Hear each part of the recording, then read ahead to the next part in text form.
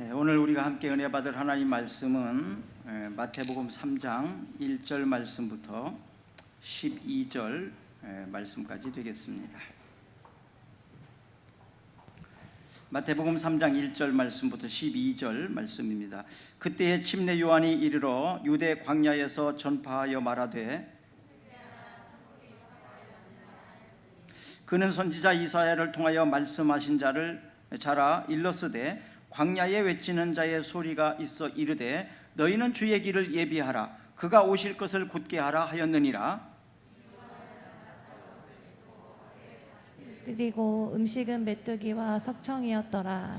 이때에 예루살렘과 온 유대와 요단 강 사방에서 다 그에게 나와 자기들의 죄를 자복하고 요단강에서 그에게 세례를 받더니 요한이 많은 바리새인들과 사두개인들이 침례 베푸는 대로 오는 것을 보고 이르되 독사의 자식들아 누가 너희를 가르쳐 임박한 진노를 피하라 하더냐. 그러므로 회개에 합당한 열매를 맺고 속으로 아브라함이 우리 조상이라고 생각하지 말라. 내가 너희에게 이르노니 하나님이 능히 이 돌들로도 아브라함의 자손이 되게 하시리라. 이미 도끼가 나무 뿌리에 놓였으니 좋은 열매를 맺지 아니하는 나무마다 찍혀 불에 던지리라.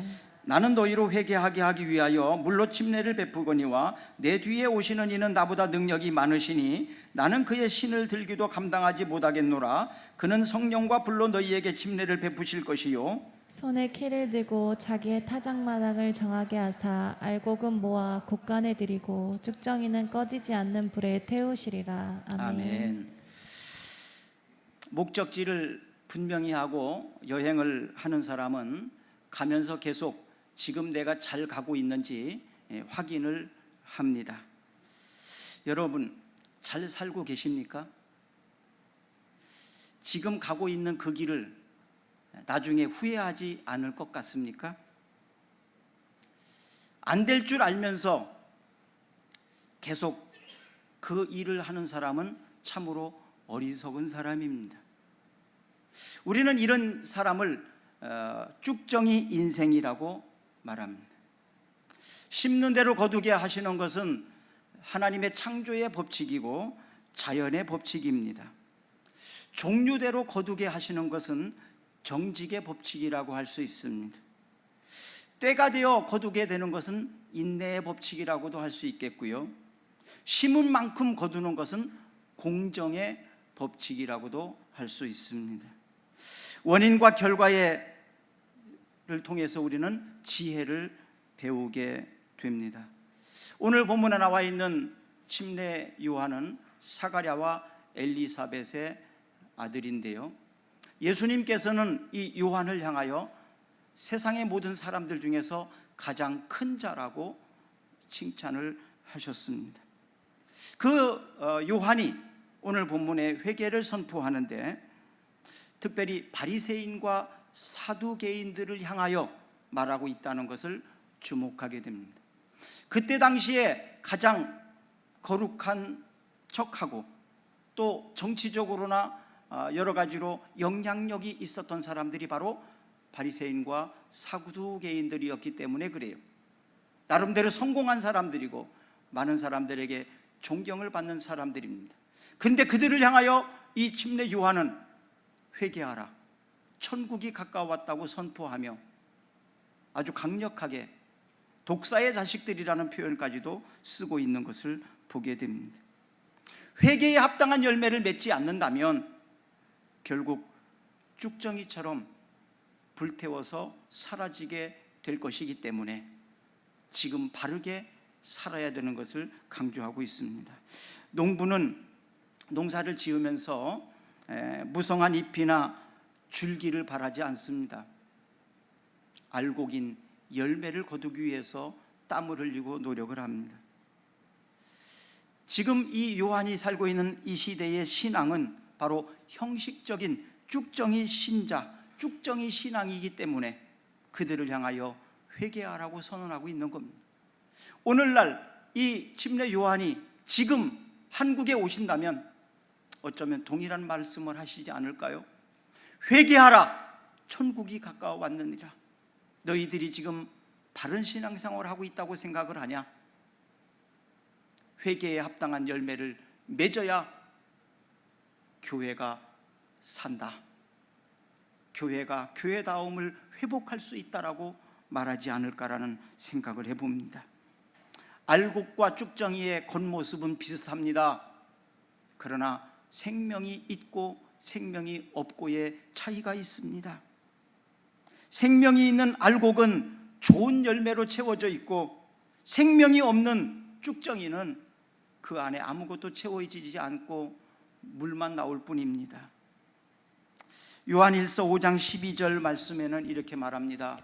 아들이 있는 자에게는 생명이 있고 하나님의 아들이 없는 자에게는 생명이 없느니라. 아멘. 어떤 자에게 생명이 있느냐?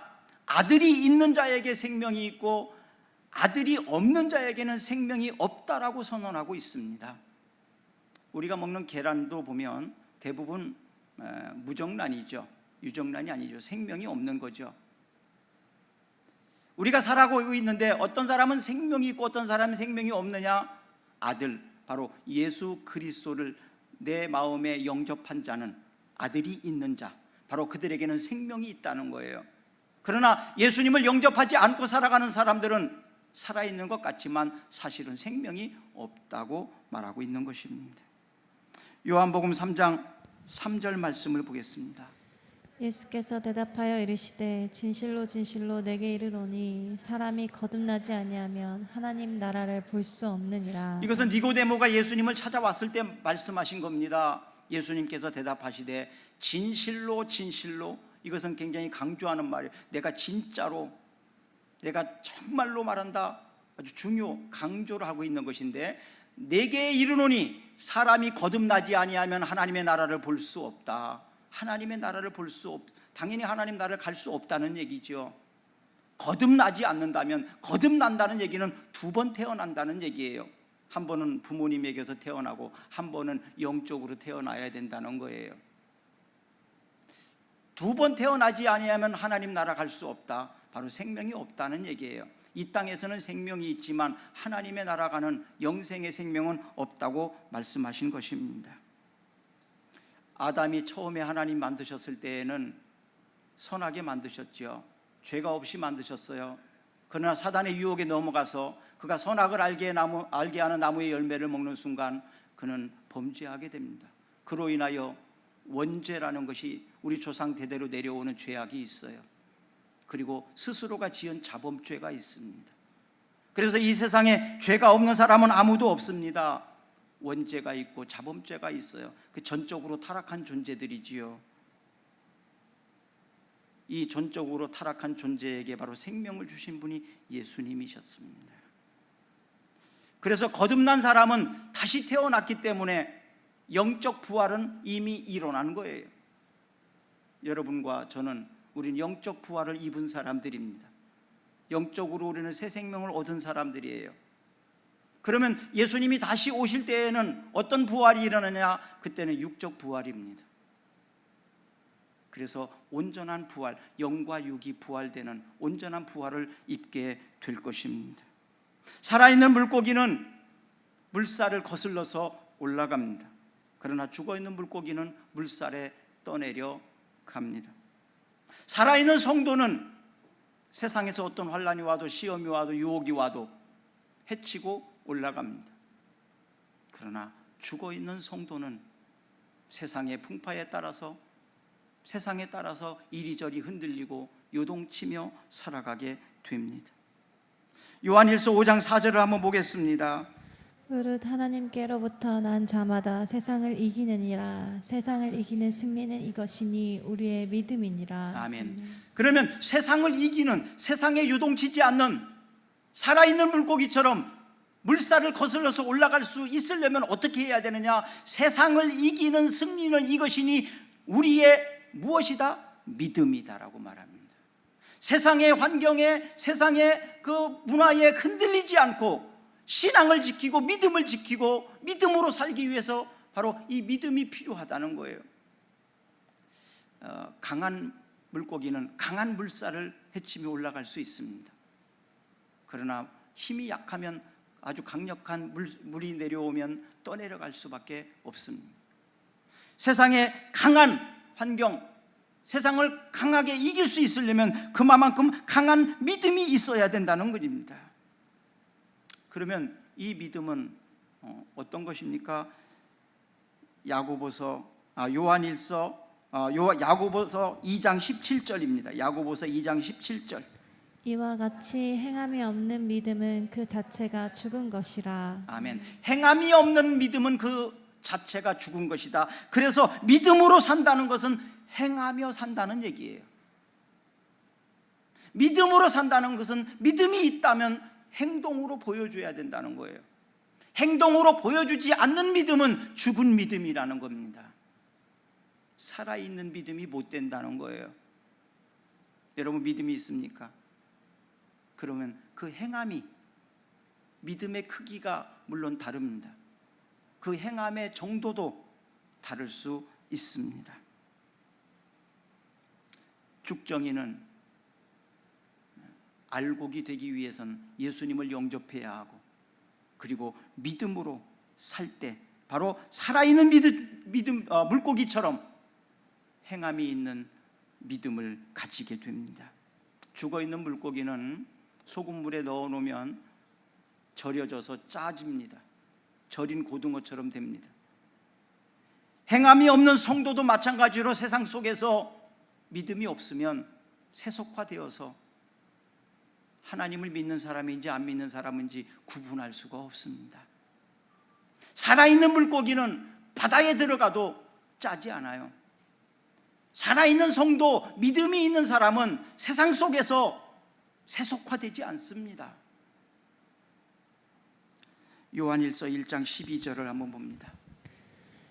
영접하는 자 곧 그 이름을 믿는 자에게는 하나님의 자녀가 되는 권세를 주셨으니. 영접하는 자 곧 그 이름을 믿는 자들에게는 하나님의 자녀가 되는 권세를 주셨다. 영접하는 자, 예수님을 내 마음속에 영접하면 바로 하나님의 자녀가 된다는 거예요. 하나님의 자녀가 되는 데에는 혈통이 아닙니다. 외모가 아닙니다. 어떤 능력이 아닙니다. 학벌도 아닙니다.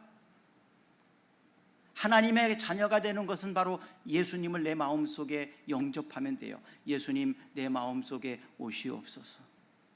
예수님 우리 집에 오시옵소서. 예수님 내 직장과 사업장에 오시옵소서. 예수님이 내 마음속에 들어오면 내 마음이 천국이 되고요, 예수님이 우리 가정 속에 오셔서 다스려 주시면 우리의 집이 가정 천국이 되고요, 예수님이 내가 운영하는 그 기업체에 들어오시면 바로 그 기업이 천국이 되어집니다.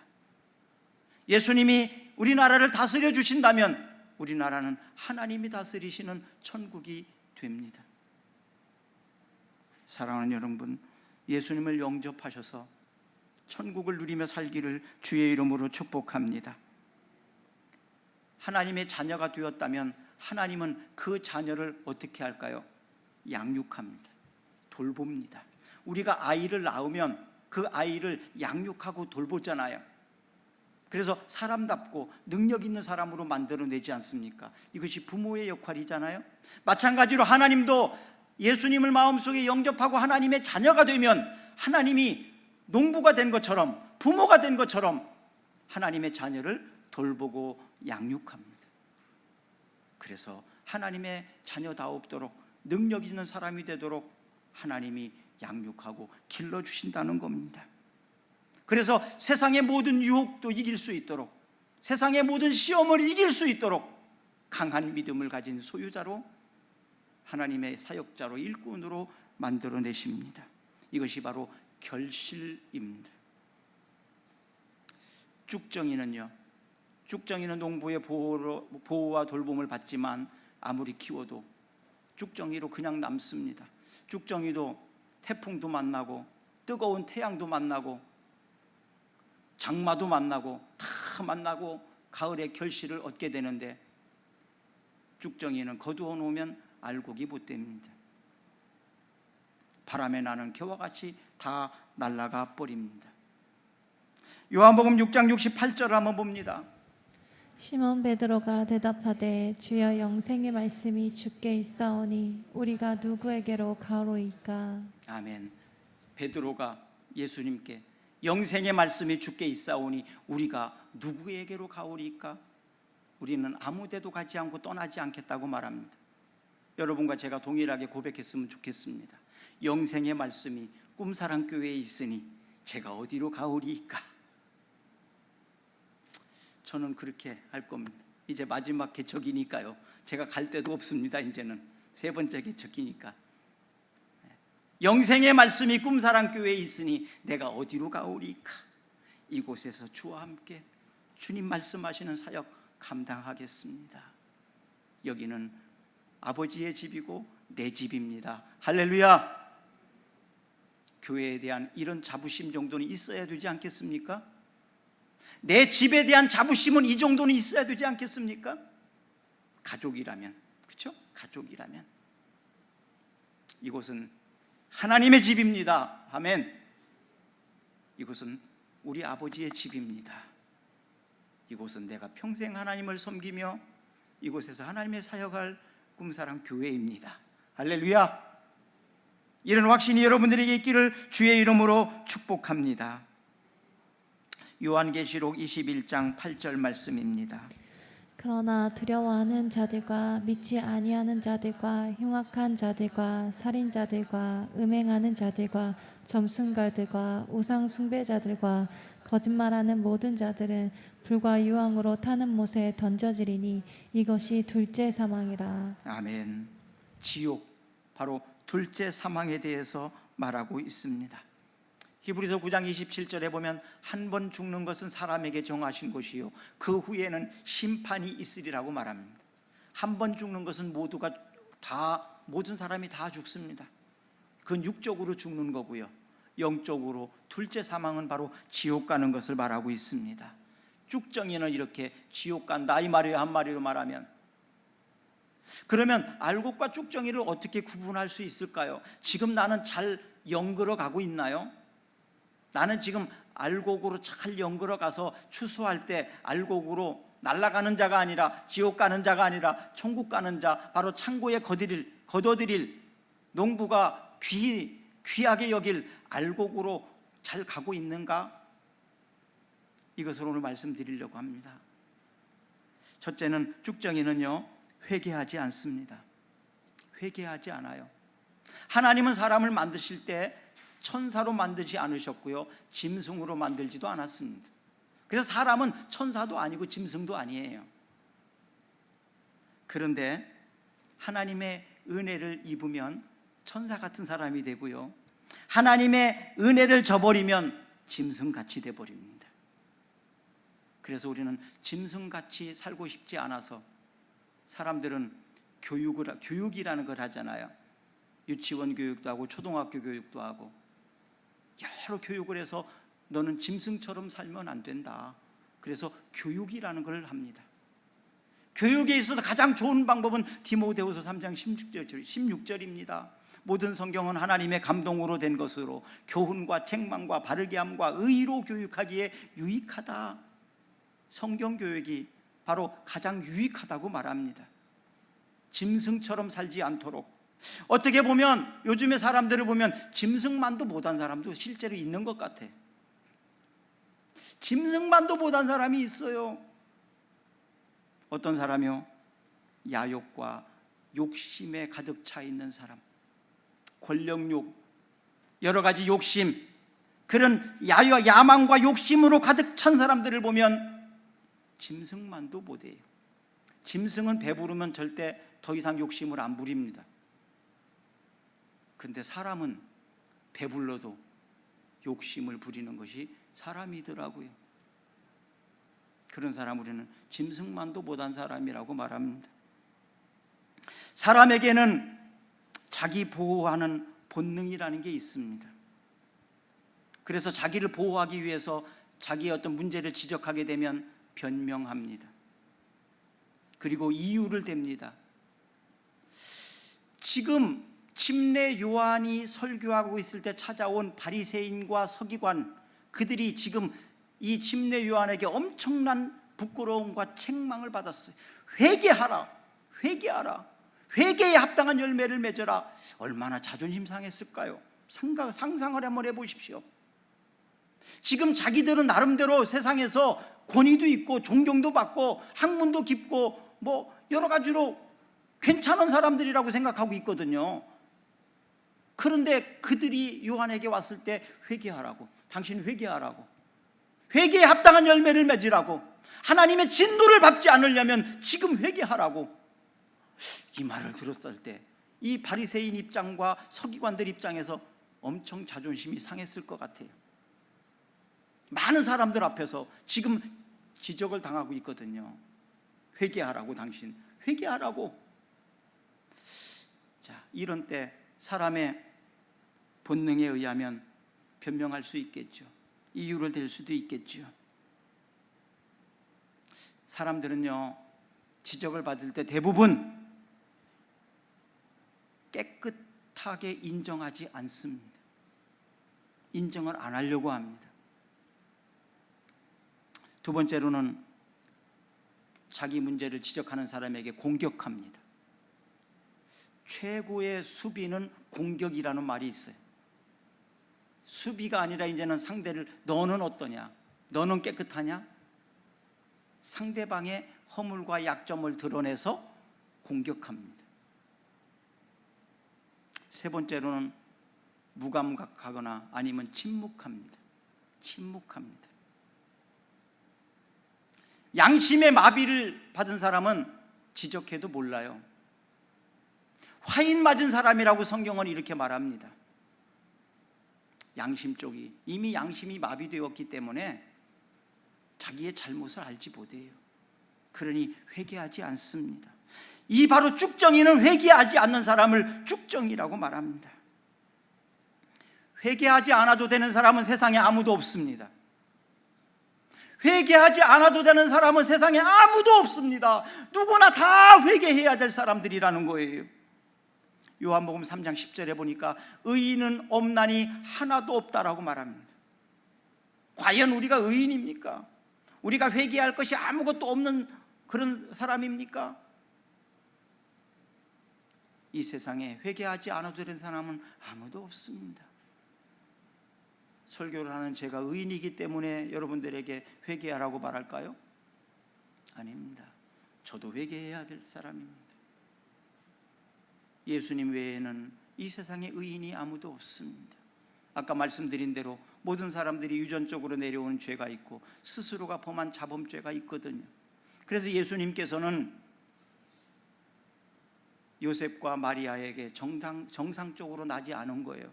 죄의 유전을 끊고 성령으로 잉태돼서 나신 거예요. 왜? 원죄가 없어야 하니까요. 마태복음 3장 2절을 한번 보겠습니다. 회개하라 천국이 가까이 왔느니라 하였으니. 아멘. 오늘 본문에 회개하라 천국이 가까웠느니라. 나이가 드신 분들은 천국이 그만큼 더 가까웠다라고 볼 수 있겠죠. 그러나 꼭 그런 것만은 아니에요. 요즘에 막 20대에도 많이 죽더라고요. 나자마자 막 버려져 가지고 쓰레기통에서 죽은 아이도 있더라고요. 불쌍하죠. 천국이 가까워왔다. 그럼 천국이 가까웠다. 회개하라라고 말합니다. 회개하라고. 회개는요, 헬라어로 메타와 노에오라는 단어가 합성되어진 거예요. 그래서 이것은 다르다, 생각 이거거든요. 다른 생각이라는 의미예요.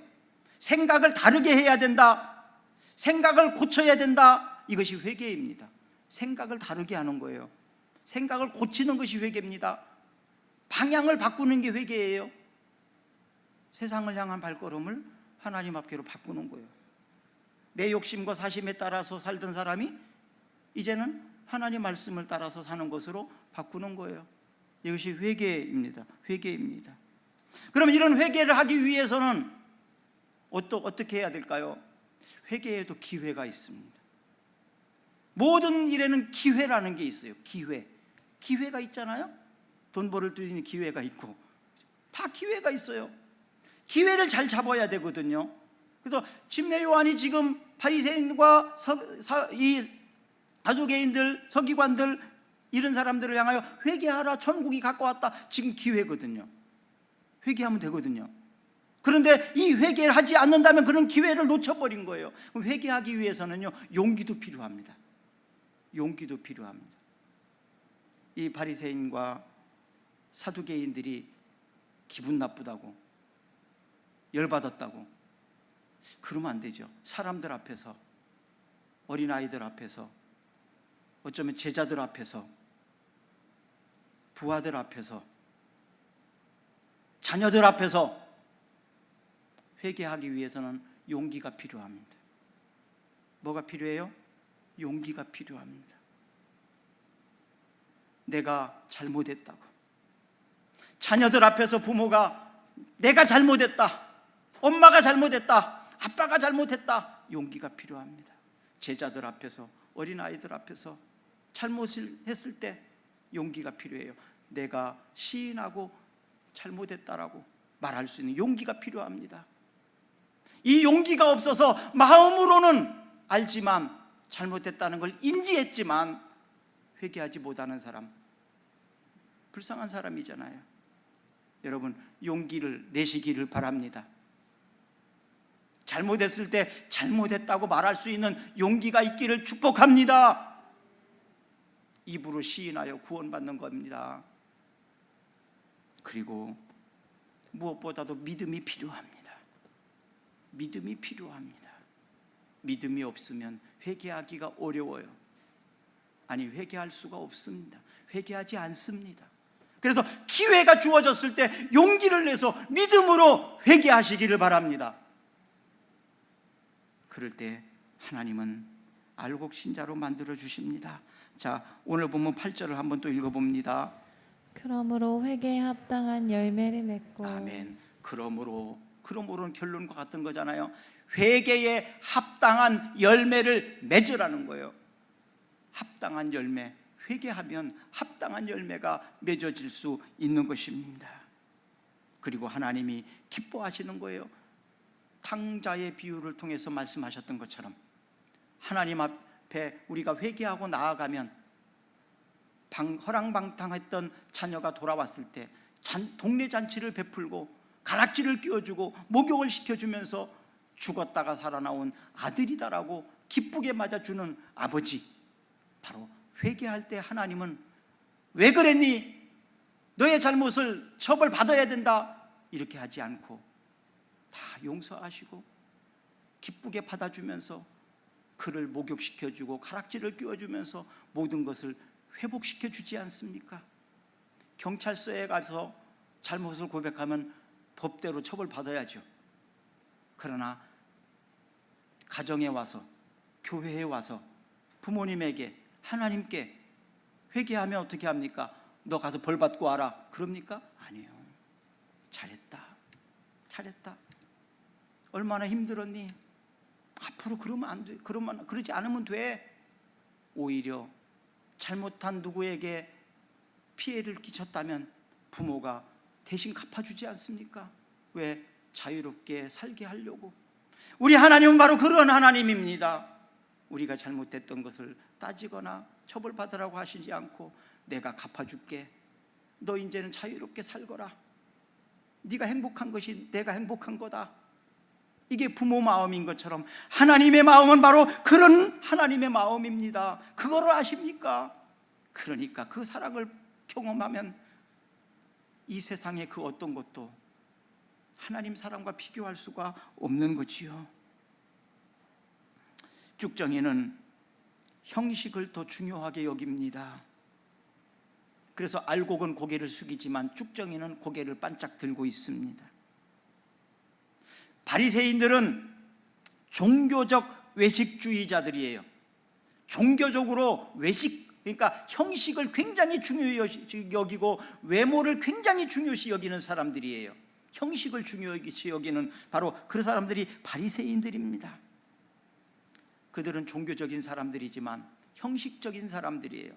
속에는 없고 겉으로만 있는 신앙입니다. 사두개인들은 어떤 사람들입니까? 정치적으로 행동을 종교인처럼 여기는 사람들이에요. 그들은 실제로 불신자들입니다. 그들은 실제로 믿지 않는 사람들이에요. 종교를 정치적으로 이용하는 사람들입니다. 오늘날 교회 다니는 사람들 가운데 그런 사람들도 있어요. 정말로 신앙을 가지고 나온 사람이 아니고 하나님을 믿으려고 교회 나오는 게 아니고 정치적 목적을 가지고 아니면 자기의 어떤 목적을 가지고 교회 나오는 사람들도 있습니다. 이런 사람들은 불신자들이지요. 사두개인들과 같은 사람들입니다. 정치적인 행동을 종교화시킨 사람들이 바로 사두개인들이에요. 잠언 18장 12절을 봅니다. 사람의 마음의 교만은 멸망의 선봉이요 겸손은 종기의 길잡이니라. 아멘. 사람의 마음의 교만은 멸망의 선봉이요 겸손은 존귀의 길잡이라고 말합니다. 사도 바울을 보면요, 사도 바울이 예수님을 만나기 전에 정말 열심히 살았어요. 그는 사실 금수저입니다. 유대인 중에 유대인이고요, 가말리엘 문화에서 공부한 사람, 우리나라로 말하면 서울대 나온 사람이에요. 종교적 열심도 대단했고요, 그의 실력과 능력은요 당시에 로마 시민권을 스스로 획득한 사람입니다. 그러니 그의 삶이 어떻게 살았는지는 예측할 수 있잖아요. 얼마나 열심히 살았는지. 그런데 그렇게 열심히 살았지만 사도 바울은 쭉정이였습니다. 스스로도 고백합니다. 내가 가진 모든 것은 배설물이었다라고. 내가 이렇게 열심히 살았는데, 내가 이렇게 부지런히 살았는데 나는 쭉정이 인생이었다. 그런데 예수님이 바울을 찾아오셨습니다. 다메섹 도상에서 예수님을 만난 바울은 바나바의 섬김과 도움을 받고 점점 그리스도인 다워져 갑니다. 성숙해져 갑니다. 그러나 전도 여행 중에 시험도 있었습니다. 마가라는 사람이 같이 전도 여행을 갔다가 무슨 연유인지는 모르지만 갑자기 도망가 버렸습니다. 없어져 버렸습니다. 그러니까 계획에 차질이 생겼어요. 그래서 다음 전도 여행 때는 마가 안 데리고 가겠다고. 그러니까 이 바나바가 그래도 그때는 실수고 다시 가고 싶어 하는데 같이 가서 사역하면 함께하면 좋지 않겠냐고 설득했지만 바울은 절대로 용납하지 않았어요. 그래서 바나바와 바울은 따로 전도 여행을 갑니다. 아직도 성질이 많이 남아있는 거지요. 사역은 하고 있었지만 우리도 비슷한 것 같아요. 그리스도인이 되었지만 아직 완전히 여물지 않은 성숙한 신앙이 못 돼서 인간적인 여러 냄새나는 부분들이, 인간적인 부분들이 참 많습니다. 목사인 저도 그렇습니다. 아직까지 부족한 부분이, 여물지 않은 부분이 참 많아요. 예수님의 인격이, 예수님의 성품이 나의 인격이 되고, 사실 그 찬양을 아까 부를 때 참 마음에서 울었어요. 예수님의 성품이 나의 인격으로 아직도 못 되는 나 자신을 보면서 하나님의 꿈이, 우리의 비전이, 그거는 되려고 좀 하고 있는데 아직도 그 못하고 있으니까. 사랑하는 여러분, 바울도 그랬어요. 바울도 그랬다가 나중에 좀 더 성숙한 다음에 바울이 그 마가를 좀 데려와라, 마가가 보고 싶다, 그렇게 말합니다. 절대 보지 않고 절대 같이 할 수 없다라고 말했는데 그 마가 좀 데려오라고, 그 마가를 보고 싶다고. 사도 바울의 성품이, 사도 바울의 이 성숙이 점점 여물어 가고 있다는 것을 보게 됩니다. 사랑하는 여러분, 점점 여물어가는 신앙이 되었으면 좋겠습니다. 점점 우리의 인격과 우리의 영성이, 우리의 믿음이 점점 좋아졌으면 좋겠습니다. 그래서 훈련을 받고 양육을 받고 열심히 기도하고 말씀 묵상하는 일에 게을러서는 안 됩니다. 그것이 바로 우리를 성숙시키기 때문에 그렇습니다. 고린도전서 15장 10절에 보세요. 그러나 내가 나된 것은 하나님의 은혜로 된 것이니 내게 주신 그의 은혜가 헛되지 아니하여 내가 모든 사도보다 더 많이 수고하였으나 내가 한 것이 아니요 오직 나와 함께 하신 하나님의 은혜로다. 아멘. 바울이 고백하는 모습입니다. 어떤 사도들보다도, 어떤 사람들보다도 업적도 많이 남기고 훌륭하게 일을 했어요. 그런데 그것이 내가 한 것이 아니다. 그건 내가 한 것이 아니다. 다 하나님의 은혜고, 하나님이 할 수 있도록 자원을 주셨고, 하나님이 할 수 있도록 기회를 주셨고, 하나님이 나를 통해서 일하셨을 뿐이지 내가 한 것은 아무것도 없다. 그냥 은혜일 뿐이다라고 말합니다. 그냥 은혜일 뿐이라고. 전에는 자랑을 많이 했어요. 나는 유대인 중에 유대인이야. 나는 가말리엘 문화에서 공부한 사람이야. 나는 로마 시민권을 정식으로 가지고 있는 사람이야. 종교적 열심, 너희들 나만큼 열심히 해? 자랑할 게 많은 사람이었어요.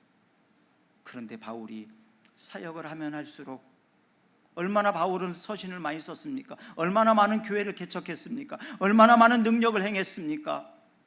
그런데 그 모든 것들이 자랑할 것이 못돼. 그런데 하나님이 하게 하셨을 것이고, 나는 그냥 하나님의 은혜를 받았을 뿐이다.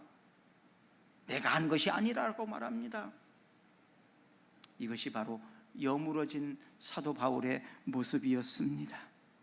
쭉정이었더라면 굉장히 요란했을 거예요. 빈 수레가 요란한 것처럼. 그러나 알곡은 요란하지 않아요. 다 하나님의 은혜이고 하나님이 하셨을 뿐이라고 말합니다. 누가복음 18장 9절에서 14절까지를 보면 세리가 알곡 신자라는 것을 말합니다. 기도하는 것을 통해서 예수님 보여줍니다. 세리와 바리새인의 기도를 통해서 어떤 사람이 알곡 신자냐? 바리새인은 쭉정이 신자고 세리는 알곡이라고 말합니다. 사무엘상 16장 7절 말씀을 봅니다. 여호와께서 사무엘에게 이르시되 그의 용모와 키를 보지 말라. 내가 이미 그를 버렸노라. 내가 보는 것은 사람과 같지 아니하니 사람은 외모를 보거니와 나 여호와는 중심을 보느니라 하시더라. 아멘. 아멘. 사무엘이 기름을 부을 때도 마찬가지고 사울에게도 마찬가지고 외모를 보지 않는다는, 나는 중심을 본다라고 말합니다. 우리의 중심이 얼마나 온전하고 얼마나 진실한지 주님은 보고 계십니다. 사람은 사람 속을 잘 몰라요. 나도 내 속을 모를 때가 있는데 하나님은 그러나 내 마음을 알아요.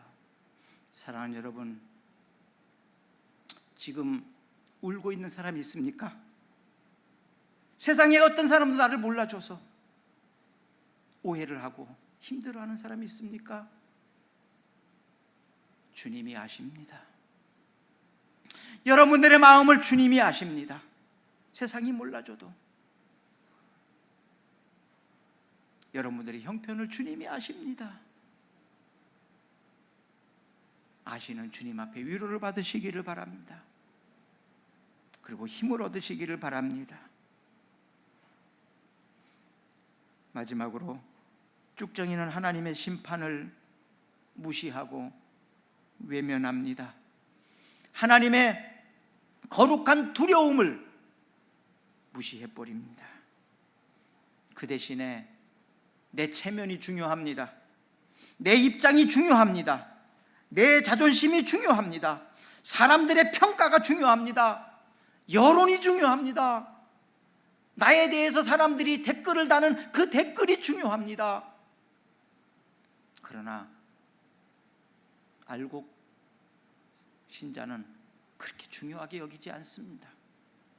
실력이 있는 사람은 댓글이 뭐라고 말하든 여론이 뭐라고 말하든 그런 거 신경 안 씁니다. 주변의 사람들이 어떤 시끄러운 소리를 내더라도 신경 안 씁니다. 내가 해야 될 일.